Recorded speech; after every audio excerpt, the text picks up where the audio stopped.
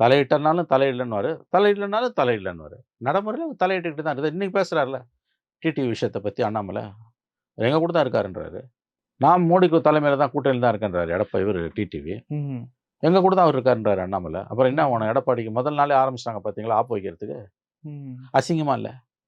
நேத்து போட்டு கையெழுத்து போட்டீங்களா இல்லையான்னு தெரியாது. நேத்து பிரஸ் மீட் முடிஞ்சு 24 மணி நேரம் முடியல. அந்த பேசின வார்த்தைகள்ல வந்து உமிழ்நீர் கூட இன்னமும் வந்து உறையல. அதுக்குள்ள அண்ணாமலை பேசுறாரு. எனக்கு எந்த தலையும் கட்டுப்பாடும் இல்ல.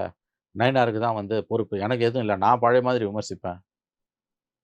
டிடிவி வந்து கூட்டணில டிடிவி அங்க கூட்டணில தான் இருக்காருங்க. ம். நாள் 24 மணி நேரம் முடியறதுக்குள்ளேயே ஓங்கி ஒரு பஞ்ச் விட்டுருக்காரு எடப்பாடி முகத்துல. இந்த ம். அலையன்ஸ் எப்படிங்க உருப்படும்? அப்படி உருப்பிட்டுதுன்னா, அது தமிழ்நாடு உருப்பிடுதுன்னா, தமிழ்நாட்டுல திமுக பெரிய அராஜகத்த பண்ணணும். அடுத்த 1 வருஷத்துல இந்த கவர்மெண்ட் சந்தி சிரிக்கணும். அந்த மாரி பெரிய தப்பு எதனா நடந்ததுன்னா, கள்ளக்குறிச்சி மாரி ஒரு 2 இன்சிடென்ட் சட்டம் ஒழுங்கு சீர்குலைவு, மந்திரிங்க லஞ்சம் வாங்குறது ரொம்ப அதிகமாகணும். கட்சிக்காரன் சம்பாதிக்கிறது அதிகமாகணும். ம். இதெல்லாம் நடந்து, இந்த கவர்மெண்ட் போய் தொலைஞ்சா போதும்னு மக்கள் நெனச்சாங்கன்னா, 96 ஜெயலலிதா கவர்மெண்ட் மாரி, ம். அப்ப வேணா வந்து பிஜேபி, ஏடிஎம்கே அலையன்ஸ் வந்து மக்கள திமுக வேணான்ட்டு குத்தலாம் ஓட்டு. அந்த அளவுக்கு பெரிய தப்பு எதுவும் திமுக பண்ணல. பண்ணும்னு எனக்கு தோணல. ஆனா 1 வருஷத்துல சிக்கல்கள் வரும். ஆன்டி இன்கம்பன்சி இன்கிரீஸ் ஆகும்.